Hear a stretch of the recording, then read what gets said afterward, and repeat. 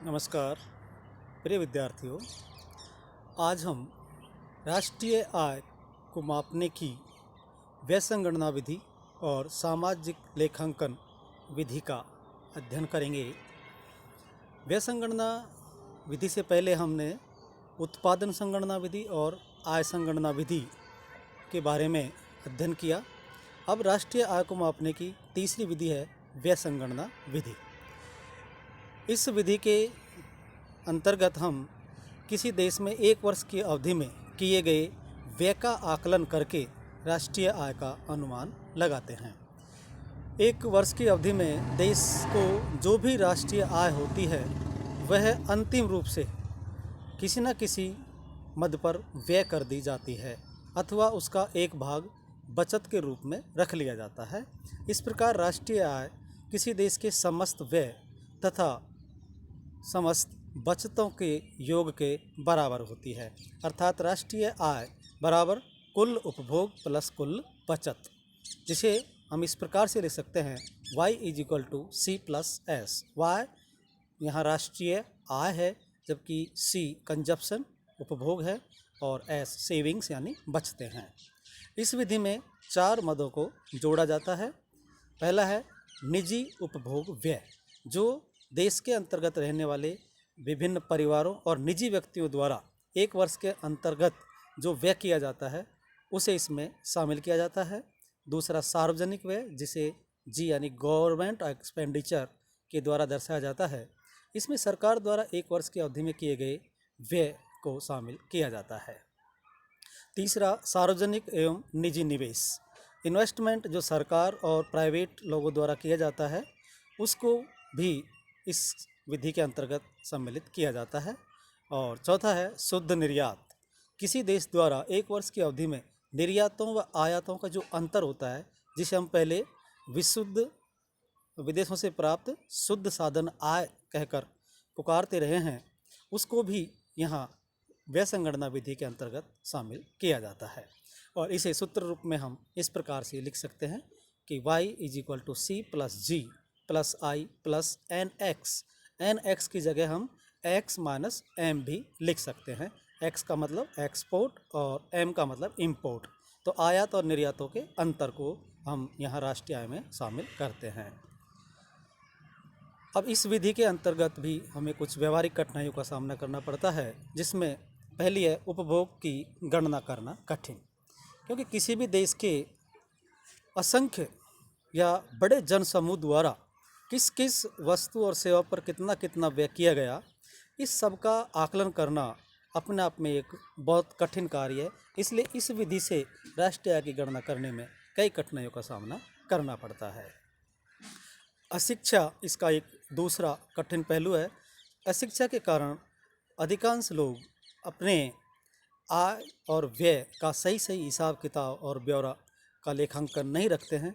इससे भी आय के सही आंकड़े जुटाने में समस्या उत्पन्न होती है।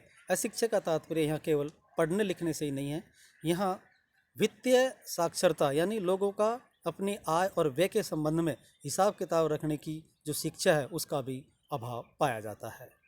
तीसरा है बचतों का अनुमान लगाना कठिन। किसी राष्ट्र में क्योंकि लोगों के उपभोग के संबंध में सही अनुमान नहीं लगाया जा सकता, तो फिर वहाँ के लोगों के बचतों के बारे में अनुमान लगाना तो और भी कठिन हो जाता है। इसलिए लोगों के द्वारा उपभोग के पश्चात शेष बची राशि को ज्ञात करना भी उतना ही कठिन है। इस प्रकार से राष्ट्रीय आय की व्यय संगणना विधि के अंतर्गत राष्ट्रीय आय का आकलन करने में कुछ व्यवहारिक कठिनाइयों का सामना करना पड़ता है। इसलिए एक और विधि जिसका उपयोग आधुनिक अर्थव्यवस्थाओं में अधिकांश अर्थशास्त्रियों द्वारा इसके उपयोग को सुझाया जाता है, वह है सामाजिक लेखांकन विधि, सोशल अकाउंटिंग मेथड। ये राष्ट्रीय आय के आकलन की एक नई विधि है, जिसके अंतर्गत सामाजिक लेखांकन के द्वारा राष्ट्रीय आय की गणना की जाती है। इस विधि का प्रतिपादन प्रोफेसर साइमन कुजनेट्स आदि अर्थशास्त्रियों द्वारा किया गया और इस विधि के अंतर्गत देश की जनसंख्या को कुछ वर्गों में विभाजित कर लिया जाता है। सामान्यतः समान आय वाले लोगों को समान वर्गों में विभाजित किया जाता है। प्रत्येक वर्ग के लोगों को आय ज्ञात करके उनकी औसत आय ज्ञात कर ली जाती है।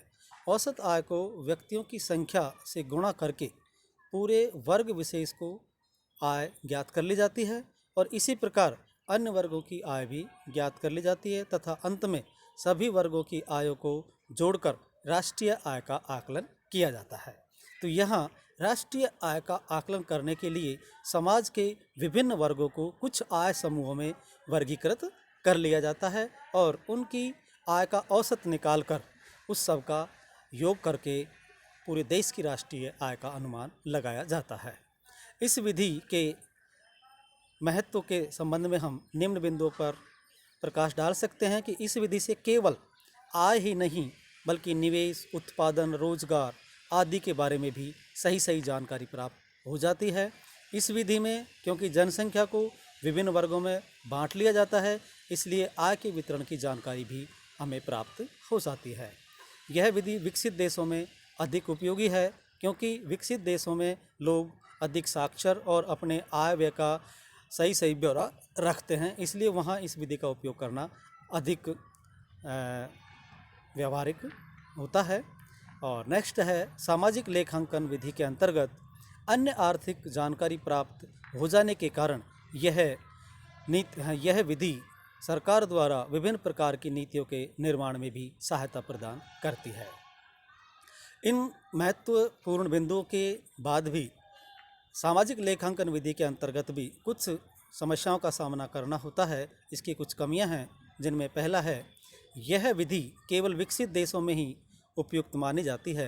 अल्प विकसित देशों में इसका उपयोग संभव नहीं है या फिर इसके उपयोग में काफ़ी समस्याओं का सामना करना पड़ सकता है। विभिन्न आय वर्गों को किस आधार पर स्थापित किया जाए, इसका पता लगाना भी एक कठिन कार्य है। इस विधि में व्यावहारिक कठिनाइयाँ भी आती हैं, जैसे एक व्यक्ति की आय कम परंतु उसकी संपत्ति अधिक हो सकती है, तो फिर उसे किस ग्रुप में रखा जाएगा, यह एक महत्वपूर्ण समस्या सामने आती है। यह समय तथा धन दोनों ही दृष्टियों से काफ़ी खर्चीली विधि है। इससे भी अल्प विकसित देशों में इसका उपयोग व्यावहारिक नहीं जान पड़ता है। इसमें अत्यधिक शुद्धता की आवश्यकता होती है, जिसकी वजह से अशिक्षित और अल्प विकसित देशों में इसका उपयोग उचित प्रतीत नहीं होता है। इस विधि के अंतर्गत सामाजिक लेखे तैयार करना भी अत्यधिक महत्वपूर्ण और खर्चीला कार्य है, जिसमें समय, श्रम और धन का अत्यधिक व्यय होता है, जो कि एक विकासशील या अविकसित देशों के लिए बहुत ही कठिन होता है। इसलिए इस विधि का उपयोग विकसित देशों में ही किया जाना उपयुक्त होगा। अल्प विकसित और पिछड़े देशों में इस विधि का प्रयोग करना व्यावहारिक और उस देश के हित में नहीं होगा। इस प्रकार से राष्ट्रीय आय के आकलन की हमने 4 विधियों का अध्ययन किया। पहली है उत्पादन संगणना विधि, जिसमें उत्पादन के आधार पर राष्ट्रीय आय का आकलन किया जाता है। दूसरी है आय संगणना विधि, जिसमें आय के आधार पर राष्ट्रीय आय की गणना की जाती है। तीसरी व्यय संगणना विधि, जिसमें देश के अंतर्गत विभिन्न वर्गों द्वारा किए गए व्यय के आधार पर राष्ट्रीय आय का आकलन किया जाता है। और जो हमने चौथी विधि पढ़ी है सामाजिक लेखांकन विधि, इसके अंतर्गत समाज के विभिन्न व्यक्तियों को विभिन्न आय समूहों में वर्गीकृत कर और उनकी आय का औसत निकालकर राष्ट्रीय आय का आकलन किया जाता है। तो ये राष्ट्रीय आय को मापने की 4 महत्वपूर्ण विधियां हैं। धन्यवाद। जय हिंद।